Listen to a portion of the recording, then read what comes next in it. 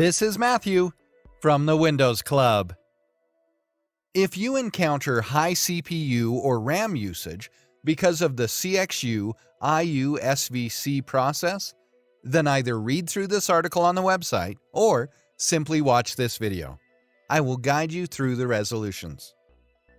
The first solution is to simply restart your computer.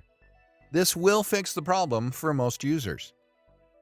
Now, since the issue is with the audio drivers and the CxUIUSvc may or may not exist on systems, we can consider updating the audio drivers to the latest version and fixing any issues with them. This can be done using the Intel Driver and Support Assistant.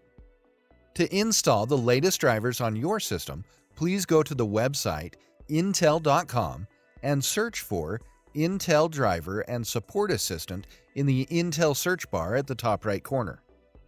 Download the tool and run it to update all your system drivers at once.